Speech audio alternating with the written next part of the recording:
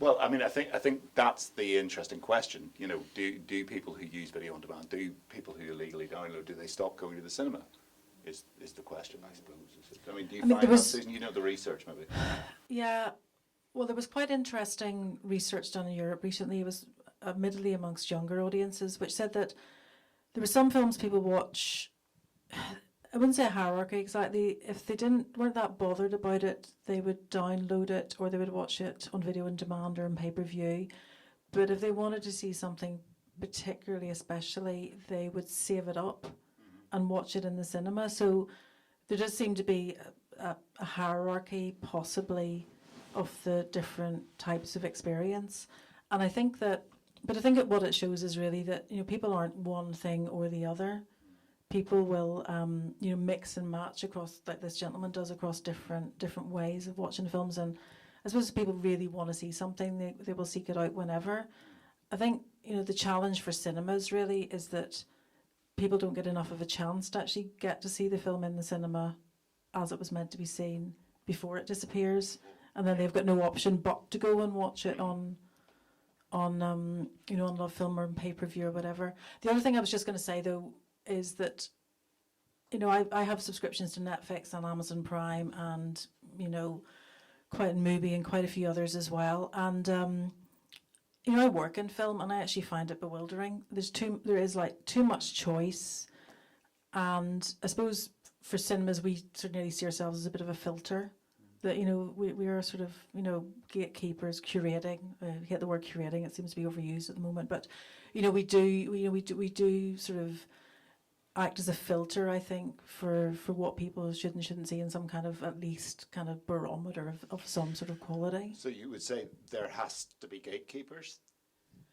Well, gatekeepers may be bad in the context of Northern Irish politics over the last couple of weeks. Possibly. Gatekeepers might be the wrong thing to say, but you know that there is a. I don't think there have to be gatekeepers, but I think that, you know, if you sit down on a Friday evening, there's nothing on TV, and you decide to want to watch a film, and you start, you know, I've actually been in a position where I've given up because there's just nearly too many things. So it's how do you navigate and how do you make those choices?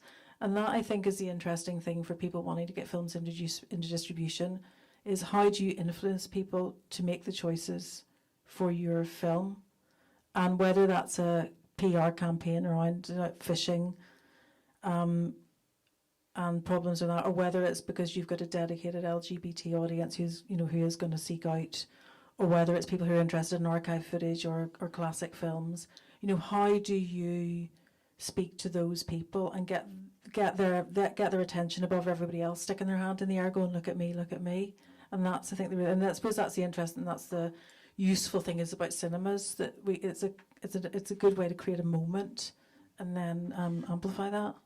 Well, leading on from that, you may have noticed that our advertised lineup's changed slightly. David Kapoor from our screen wasn't able to come out, wasn't able to travel today, and Susan has thankfully and brilliantly stepped in. But just a quick question: what the basics of our screen are that they create platforms where people can effectively gather together and choose films that they want to show. Is that the basic idea? So if you wanted to show Back to the Future and you got 50 mates.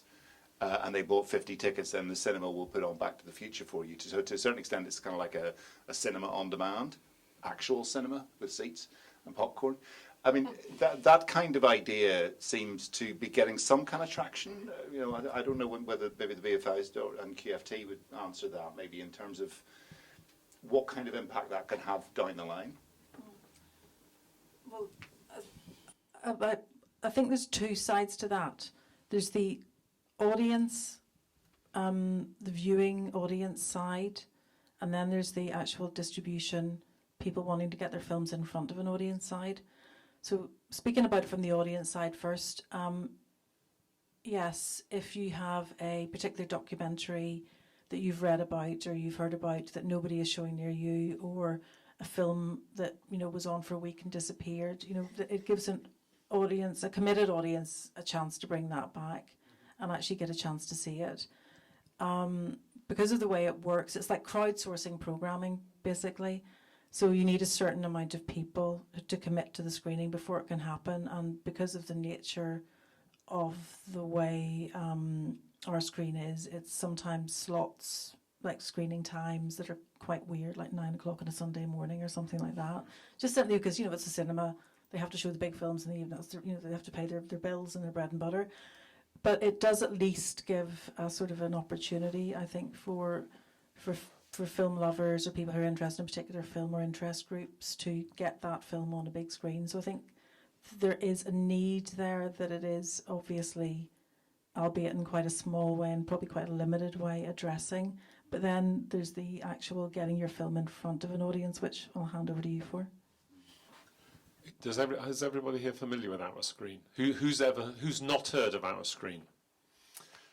Right, you see, that is quite interesting in itself. That, I would say, is more than half the people here. Now, this is a website called Our Screen that you can go onto, and you put in the town that you're interested in, so, you know, Belfast or Reading or somewhere, and discover whether a film you want to see is being shown, and generally it's not, and therefore you can then, if there's a cinema in that town that's a member of the Our Screen system, you can nominate for that film to be shown. And when you get a certain number of people who agree to buy, you buy the ticket, it's not taken off your credit card. When you get to a certain level, the cinema will confirm the screening, and then obviously then it's debited from your credit card. Now, what's interesting about the lack of knowledge about it in this room is it's been going for 2 years, right? And, you know, it clearly has not yet captured. This is obviously an audience that you would expect to have heard of it. Now, we have used it. We've one of our films, called Death of a Gentleman, which is a documentary about the crisis in international cricket, that appeals to people who, you don't have to be a cricket obsessive, just by the way, but I've got leaflets I'll hand out about that at the end. We've had several very successful Our Screen screenings of that, but it is exactly as you said, that we identified, and it really is as granular as this, you know, we identified people who were fans of the film and really engaged in the idea that they wanted to get an audience together to encourage their friends to go onto the rather hard to navigate website it is as to do this. And for some reason in Edinburgh, I don't know what about Edinburgh, but they really care about the future of international cricket in Edinburgh. We've had 2 really good screenings there. So my belief is that it is something that, as the years go by, will enormously improve its offer to the viewer. But at the moment, its offer is a bit, you know, exactly, you know, it could be 9 o'clock in the morning. You don't have any control over what time the film's going to be screened. That's decided by the cinema.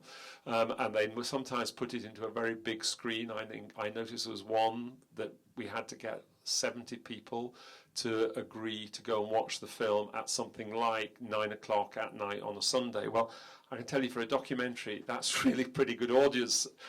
Yeah, and the idea you had to get as high as 70 before they would confirm the booking, you know, was really quite unrealistic. Yeah? So there are many, in my view, from the point of view as the producer and the distributor, you know, there are many things that are working to discourage the consumer from using it. But my hope is that over the, you know, coming months or year, well, the months hopefully, they will sort of, as they have more experience of it, they will iron out these things and make it a genuine, you know, as you say, sort of crowdsourcing way of ordering a film. What I just don't know is which are the most popular films at the moment. I mean, whether it's worked particularly for documentaries or not. But the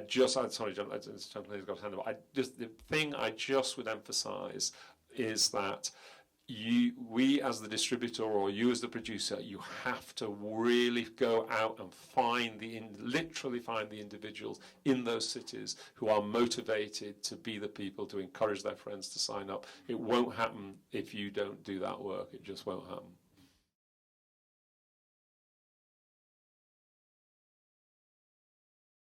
Well, I mean, of course, at one level, I don't know who the main people are who are setting up the Our Screen screenings. I mean, we've done it in our capacity as both producers of where we have a film and as distributors where, well, I mean, generally any film we're distributing, we've had some role in its production. It's quite unusual to have a film that we've had no role in. So there, you would say, I think that the answer to your question is the driving force is really coming essentially from the person with the filmmaker's interest at heart. And the revenue goes, I mean, whatever revenue we have goes to pay off the costs of running the whole of the distribution and the marketing effort, which is always greater than the revenue that we get from the screenings, by the way, right? So, so at the moment, it looks to me like a filmmaker's tool, really. You know, the filmmaker who believes they've got this brilliant film and they know that people want to see it can use this to get audiences together to bypass the programmers who just don't believe their story, which often the programmers are right, by the way.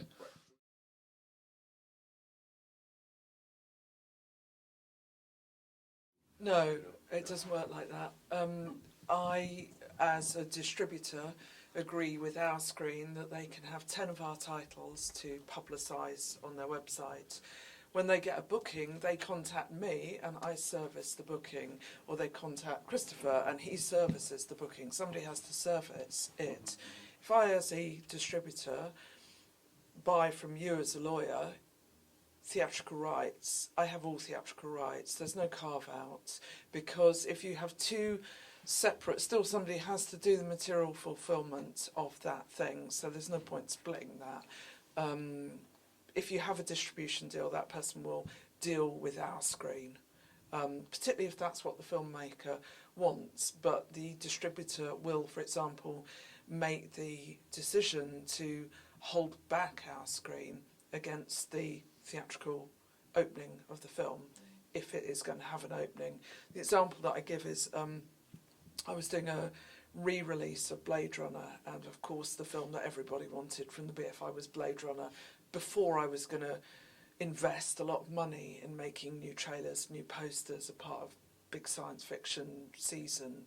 So no, sorry, Our Screen, you can't have it, but you know, you can have it eventually when it's played out, its main theatrical life, when Susan's had her, you know, several days showing it, because there's a very live issue for cinemas, exhibitors at the moment, particularly in towns where there's more than one art house cinema, and those cinemas are fighting over who's going to show the film for longer. The distributor needs to decide. It's an exclusivity issue that's very current, particularly in Edinburgh and in Sheffield, and there's been news about that over the last few months.